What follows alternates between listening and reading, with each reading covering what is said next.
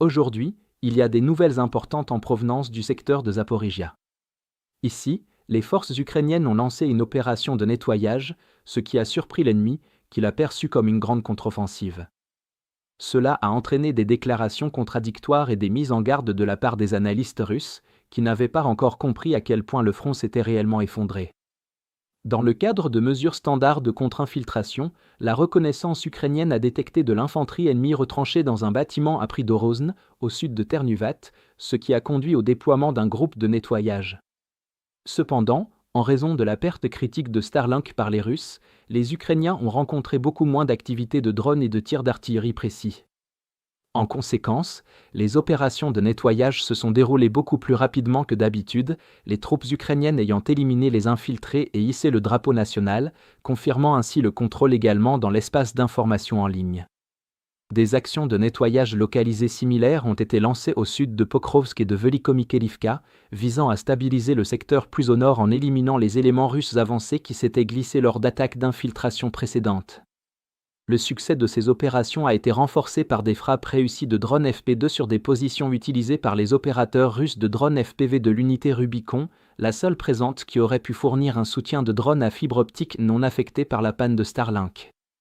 Les forces ukrainiennes ont également ciblé des sites logistiques russes, notamment une base stockant des véhicules de transport comme des voitures, des motos et même des chevaux. Des images supplémentaires du 225e régiment d'assaut ont montré un groupe d'assaut russe frapper avec précision alors qu'il déchargeait des munitions du coffre d'une voiture.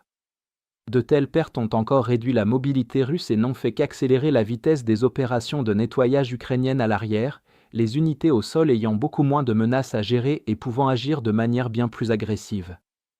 Un détail crucial ici est que, lorsque des infiltrés russes arrivent dans une localité, les forces russes considèrent cette localité et le terrain devant elles comme capturés.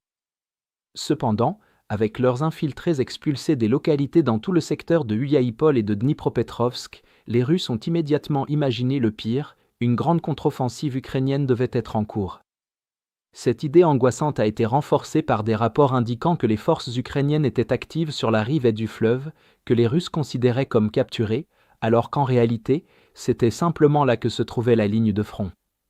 Cela signifiait qu'en raison du manque de communication, des frappes ukrainiennes à l'arrière, des opérations de nettoyage et des faux rapports antérieurs des commandants locaux russes, dans la perspective des généraux russes, les Ukrainiens venaient de lancer la plus grande contre-offensive depuis Koursk et pénétraient profondément dans les lignes russes.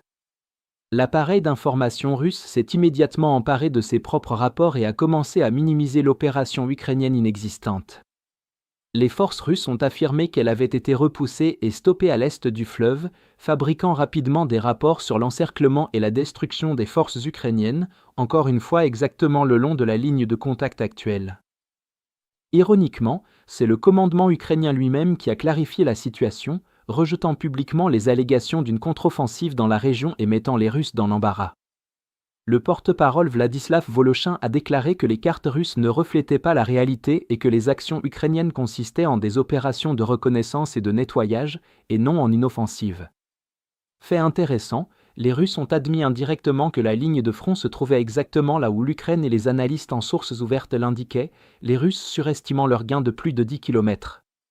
Cette clarification a elle-même mis en évidence à quel point la perception russe s'était éloignée de la réalité et a révélé une vulnérabilité plus profonde.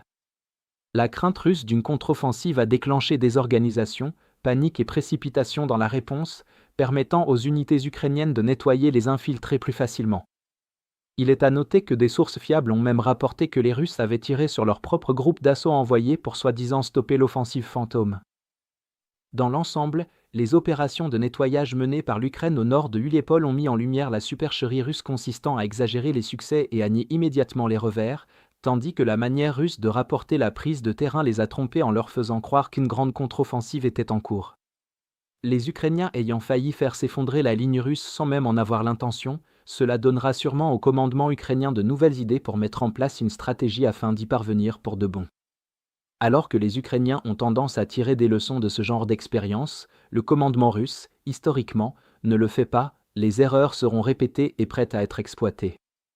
L'Ukraine n'avait pas pour objectif de provoquer un effondrement, mais la paralysie du commandement russe a transformé de simples actions de nettoyage en une perturbation à l'échelle du secteur dès les premiers signes de pression coordonnée.